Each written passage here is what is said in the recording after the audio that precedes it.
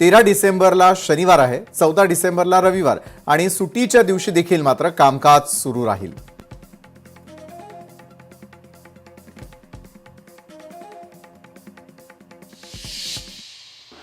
बरं, वेळापत्रक तर आपण जाणून घेण्याचा प्रयत्न केला. आता पुढे वळूयात की जसे की मी अगदी सुरुवातीला सांगितलं की दोन्ही सभागृहांमध्ये एकूण 11 विधेयकं मांडली जाण्याची शक्यता आहे.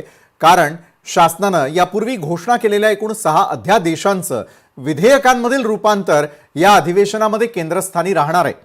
महाराष्ट्र सार्वजनिक विश्वस्त व्यवस्थेतील दुसरी सुधारणा, दुकानं आणि आस्थापना, महाराष्ट्र कृषी उत्पन्न पणन, महाराष्ट्र धारण जमिनींचे तुकडे पाडण्यास प्रतिबंध आणि एकत्रीकरण, मुंबई महानगरपालिका, महाराष्ट्र महानगरपालिका आणि नगर परिषद, नगरपंचायती तसंच औद्योगिक नागरी सुधारणा दरम्यान महाराष्ट्र ग्रामपंचायत, जिल्हा परिषद आणि पंचायत समिती सुधारणा या विधेयकांचा देखील समावेश या ठिकाणी होणार आहे.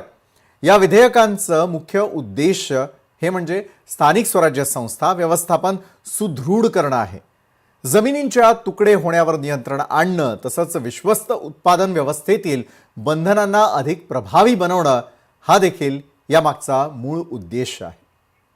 बरं, यासोबतच शासनानं या अधिवेशनामध्ये एकूण 5 नव्या विधेयकांची नोंद केलेली आहे.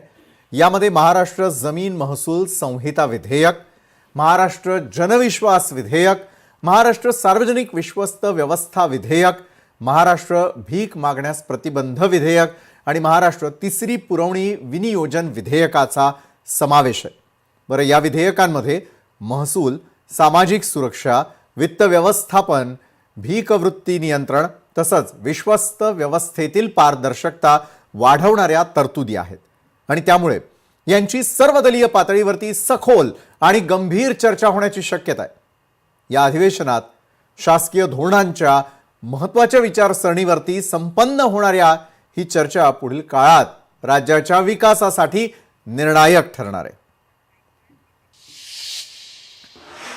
तर आता वळूयात आपल्या महत्त्वाच्या मुद्द्याकडे, ज्याकडे सगळ्यांचंच लक्ष लागलेलं आहे आणि ते म्हणजे यंदाचं अधिवेशन हे नेमकं कोणत्या मुद्द्यांनी गाजणार आहे.